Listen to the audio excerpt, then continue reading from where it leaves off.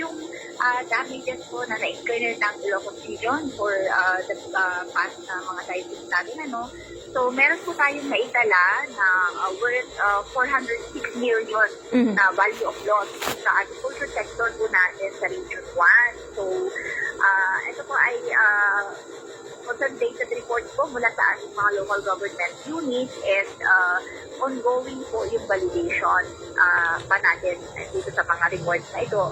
Ay siguro patapos na rin po kasi nag-start na sila nung July 31st nung natanggap itong limang report. So, hindi po kasama dito sa 400 million yung damages under fisheries kasi reported po yan ng Bureau of Fisheries and Aquatic Resources. So, sa 406 million po na value of loss natin dahil sa nagdaang bagyo, meron po tayong naitala na 21,854 na affected na mga farmers po natin. Yan po ay nagmula sa mga nasirang mga farms na may kabuang ektaryang 15,582 hectares. So medyo malawak din ang ito, And kung titignan po natin yung volume of loss from the 460 million na value of loss, meron po yan about 3,262 metric tons na aanik po sana po, na kung magiging kalay po sana yan. So, medyo mawawalan po tayo ng about 3,262 metric tons po na anik.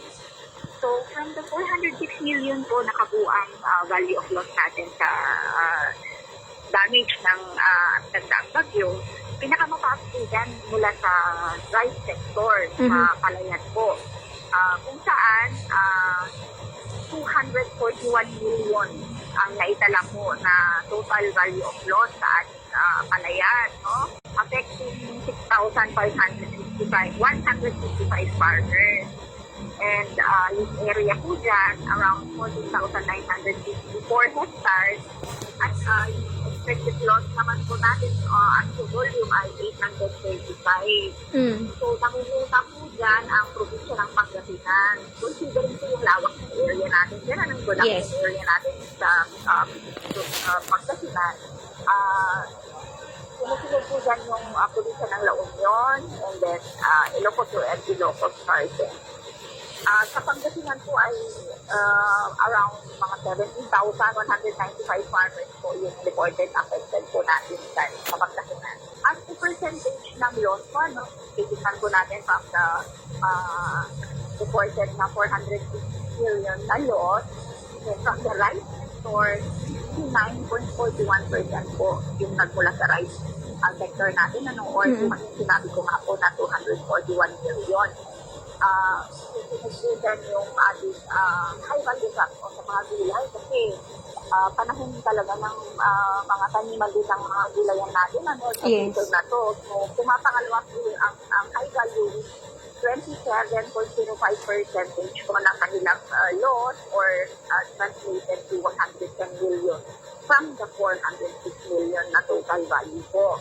So, susunod po dyan, pangatlo ay sa irrigation. Mga damages po natin sa irrigation, mga matabunan, mga natira, ng iba, yan po, which account to 6.52% naman po sa all 27 billion po na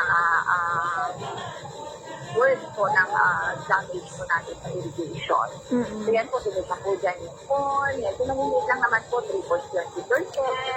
Susunod po dyan yung ating livestock and poultry, 1.8%.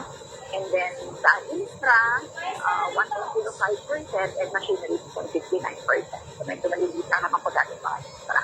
So, lagi naman po tayong alert na expected na po talaga natin sa ating season na dahil natin, wet and dry season natin. Yung panahon ng bagyo natin talaga is July hanggang October, talaga extend to November. So, laging ready naman na po beforehand yung ating ahensya. So, may mga buffer stocks na po tayo na nakahanda sa kaling may ganitong expected natin nga na mga typhoons na makaka-apekto sa ating production, So, as for this calamity, meron na po tayong na-requestan na 125,630 from our sickness fund. Bali, yan po ay in the form of sa mga may nakaredy na po tayo na high seed, mga fertilizers, mga assorted vegetables, and po, pesticides. Correction ko lang pala, yung 125,630,000, ito yung total na intervention pala na meron na naka-ready na po ito, worth of intervention. So, meron dyan 83.2 million worth ng IDC. Meron na po tayo 17.2 million sa fertilizer, 19.4 million sa ating high-value crops, vegetables po yan. So, meron din sa mga pesticides, mga patent ingredients na naka-ready for distribution sa ating mga farmers.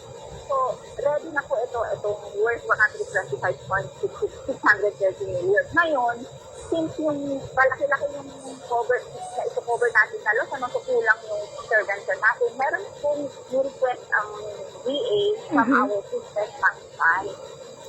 Yan po ay pag-sharean po or paghahati-hatian po yan ng mga regions na naapektuhan din ng calamity. So, paunahan po talaga makakuha doon sa fund. Kaya hopefully, kung magkano yung kailangan pa natin, nakakailangan ay mai-provide ng buo para yung intervention natin ay buo naman po sa mga totally affected natin ng mga farm. Very basic po yung registration nila sa ating RSPSA. Kahit hindi bagyo, kahit ano, basta pag pinag-uusapan ang intervention na matatanggap ng mga farmers, number one po na requirement, kailangan RSPSA registered po sila. So, I think halos 400,000 plus naman na yung registered natin sa RS. Halos lahat na kung kumbaga, konti na lang yung percentage ng mga hindi pa nakaregister sa ating RSPSA na mga farmers dito sa Ilocos region, no?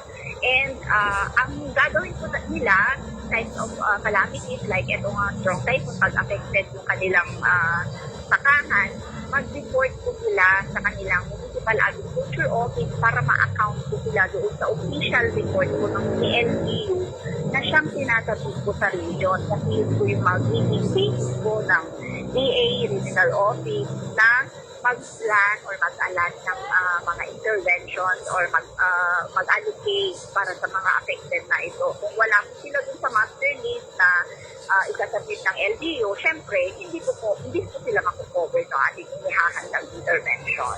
Actually, ongoing na po, meron po kami scheduled actually na distribution po niyan sa probinsya ng Pangasinan. But since wala po ako sa office, hindi ko po muna ma-confirm yung exact date niya. Pero meron po tayong naka-schedule next week na distribution po sa probinsya ng Pangasinan. Ongoing na po kasi itong mga intervention ay readily available naman po sa mga stations na po namin. So, talagang one step ahead na po tayo yung ginagawa natin kasi alam na natin talaga na sa ganitong season nangyayari talaga itong mga ganitong calamity sa region natin like typhoon. Rest assured po na sa mga ganitong pagkakataon na medyo naapektuhan tayo ng mga kalamidad, nandito po ang Department of Agriculture sa inyong likuran, sa agapay po ninyo at laging handang magbigay po ng assistance sa inyo. Ang gagawin lang po talaga ninyo is maging alerto rin kayo sa pagbibigay ng report kasi hindi rin mo talaga kami makakaplano, makaka-allocate ng appropriate funds kung wala pong manggagaling sa inyo na mga report sa mga ganitong pagkakataon.